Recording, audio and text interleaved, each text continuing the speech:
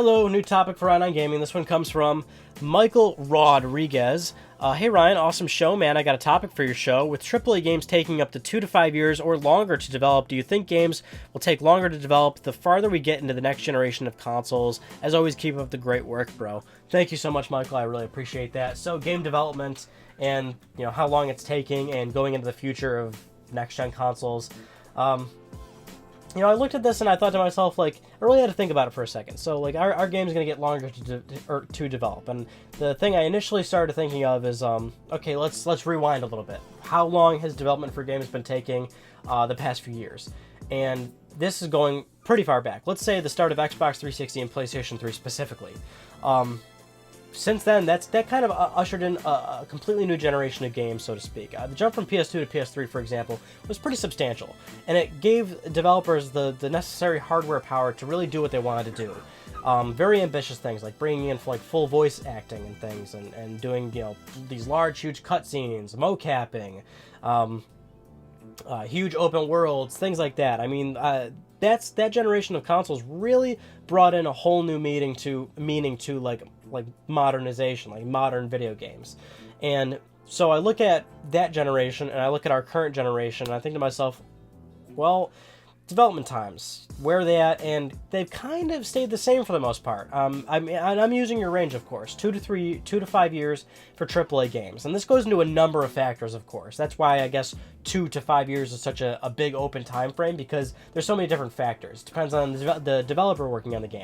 It depends on how many delays the game has received. It depends on what the genre of the game is. I mean, it depends on so many different things. So within that open range, I think that's kind of a fair thing to say, which is that it has been between 2 to 5 years for most games. Of course, there are certainly outliers to this, like The Last Guardian or Final Fantasy 15, but they're outliers for a reason, because Last Guardian has been through development hell and it shifted platforms, basically. Final Fantasy 15 was Final Fantasy 13 at one point, or Versus 13, and completely changed the name and went to a completely new direction, more or less. So those are kind of the oddballs out, because they did take longer than 5 years. They still aren't out yet, but they're not really the example that we're looking at. We're looking at typical releases where the game, starts development and it ends up coming out. And more often than not, they do fall in between 2 to 5 years. Smaller games, whether it's maybe the latest Call of Duty or something. Call of Duties are now getting 2 years of development time. 2 years, and that's goes into another thing. I mean, what developers handling the specific project. We all know Infinity Ward, Treyarch. These are big top-tier developers. They have highly trained staff. I mean, they're good at their job and they know what to do, and they can pump out quality games. Of course, I use the word quality in terms of production value. I'm not talking about the subjectiveness of if you like certain Call of Duty games or not, but there's no disputing that when those games come out, they look gorgeous and they perform beautifully. So that's a quality team that can pump out a good product at the end of the development cycle. So that's a good situation there, where that kind of game, that kind of developer gets a good quality game out in 2 years. Something like an RPG, that's probably going to take longer than 2 years. And we know RPGs are sometimes very tough to develop, very tough to Q&A for those games, quality assurance. They end up coming out with maybe a lower frame rate or a lot of bugs or something like that, but they do take about 5 years. Rockstar Games, a very ambitious developer. They love to do crazy things with their games, and they do have longer development cycles, but they have a huge staff, and it's fair to say that they fall between the 2 to 5 years. So for most releases for the past, generation, I guess, has kind of really fallen in that line.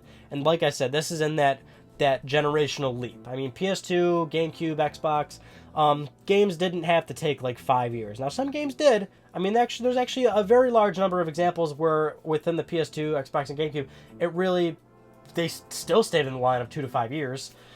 Even longer than that, really. You can think of plenty of games that have taken that long throughout the entire history of games.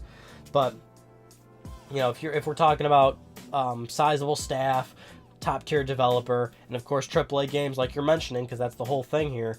AAA games, very difficult to develop. That's why they often have a lot of delays, and that's why it's hard for developers to meet the deadlines of these AAA games, because there's so many different factors that can go into a AAA game.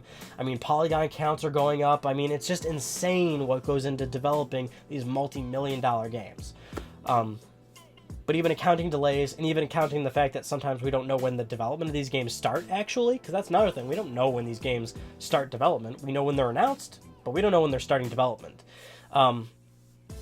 Taking all these things into account, they usually fall between 2 to 5 years. So, so you say, what about the future? Our game's going to take even longer to develop, and that's the thing. I don't think so. I don't think so, really. I mean, if they take even longer to develop, that just is going to create a vastly unsustainable business, I guess. I mean, there's always these questions about how is Final Fantasy 15 going to make money, because Square has probably pumped so much money into that game. How is, there's a number of games, Duke Nukem or whatever, that game was in development for a very, very long time. I didn't read up if that game earned profit or anything like that, but that's definitely a concern, right? I mean, that's the thing. We got to have a sustainable business here.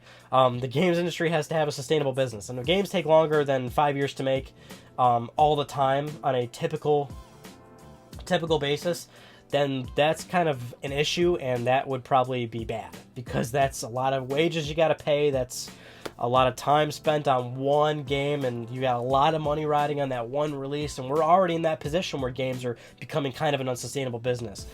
Big publishers are super afraid of releasing a game and hoping it meets their expectations, and the game has to sell so-and-so copies to just break even. It's very complicated. It's a tough industry, so if games do get longer to develop, that would be pretty bad, and that's why I don't think that's really going to happen.